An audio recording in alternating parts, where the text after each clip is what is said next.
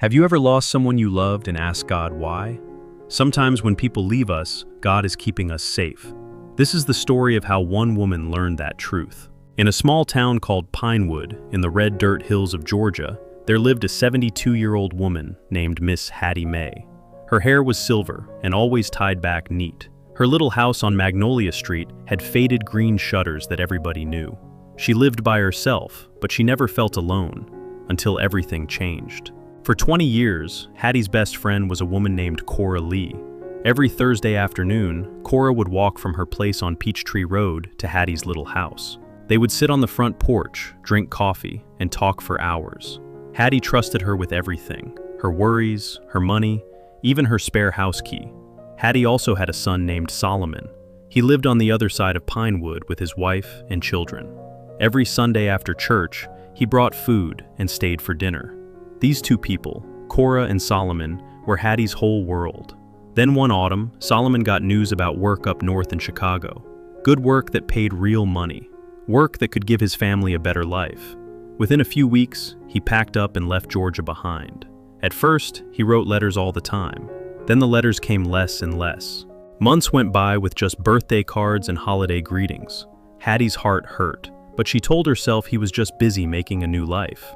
Then something even worse happened. Months before, Hattie had given Cora money to borrow. It was money she kept in a coffee tin for fixing her roof. Cora promised to pay it back soon, but when Hattie asked about it one Thursday, Cora's face turned cold. "I never borrowed no money from you," Cora said, mean and sharp. "You getting old, Hattie. Your mind playing tricks on you." Hattie just stood there in her kitchen, frozen. 20 years of friendship, and now this stranger stood in front of her, lying to her face. A few days later, Cora stopped coming. No reason, no sorry, just quiet. Hattie sat in her house and stared at the empty chair where Cora used to sit. She looked out at the dirt road that suddenly felt so empty. Her son had gone to Chicago. Her best friend had disappeared. Loneliness pressed down on her heavy like a stone. That night, she got down on her knees beside her bed and cried, "Lord, why are you taking everybody away from me? What did I do wrong?" The quiet felt like it would swallow her whole. Winter came to Pinewood. Cold wind blew through the holes in Hattie's roof. When it rained, water dripped into buckets all around her house. The money she gave Cora, the money for fixing the roof, was gone. She had nothing saved up anymore. One icy morning, she slipped on the wet floor and hurt her knee real bad. For 3 days, she could barely walk. Nobody came to check on her. Nobody called. She saw how alone she really was in this town where she had lived her whole life. She stopped going to the market, stopped working in her garden.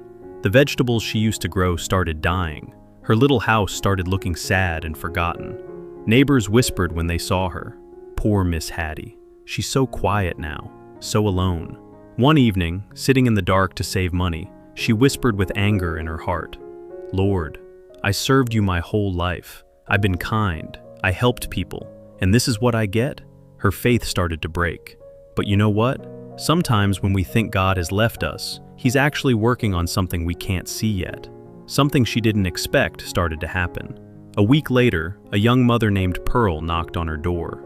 She had just moved to town. She heard that Miss Hattie grew the prettiest flowers in Pinewood. "Can you teach me, ma'am?" Pearl asked, shy and sweet. Hattie wanted to say no. She was too tired, too hurt. But something in Pearl's eyes made her soft again. "All right," Hattie said quiet. "Come on in." Pearl started visiting twice a week. Not for money, not for favors, just to learn and talk. Her children, little Moses and Ruth, filled Hattie's yard with laughing she hadn't heard in years. Slowly, the flowers started growing again. Then Deacon Freeman invited Hattie to Thursday dinners at the church for the older folks. At first, she said no. She was too hurt to be around people. But he kept asking gentle, "You don't have to talk, Sister Hattie. Just come eat. You won't be alone." Finally, she went.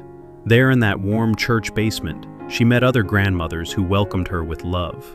One woman, Mother Josephine, became a real friend, a good friend, the kind who gives and never takes. One day over sweet tea, Hattie told Josephine about Cora. Josephine said something that changed everything. "Hattie, baby. Sometimes God removes people because they were never supposed to stay.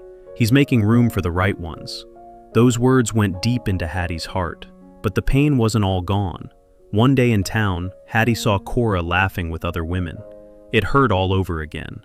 The hurt felt fresh and new. She went home and cried, "Lord, I forgive her." But it still hurts. And maybe you know that feeling.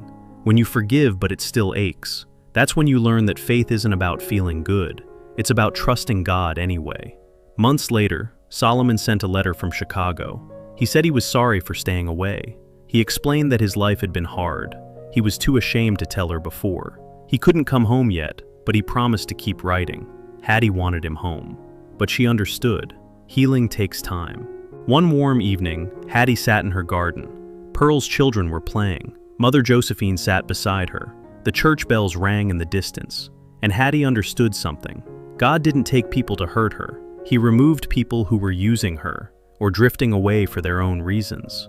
And in the empty space, he brought people who really loved her.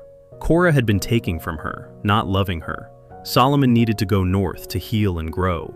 The loneliness she feared was actually God making room for something better. Her roof still leaked. Her money was still gone. Solomon was still far away. But Hattie wasn't alone anymore. That night, when the church bells rang, Hattie prayed. Not with anger, but with peace. "Lord, I don't understand everything, but I trust you're protecting me even when it hurts." And she learned this truth. When God removes people from your life, He's not punishing you. He's protecting you. He's making room for people who will really love you right. The pain might not go away fast. The hurt might stay a while. But if you keep your heart open, new love will find you. Not the love you expected, the love you really needed. Sometimes the hardest goodbyes are really blessings we can't see yet.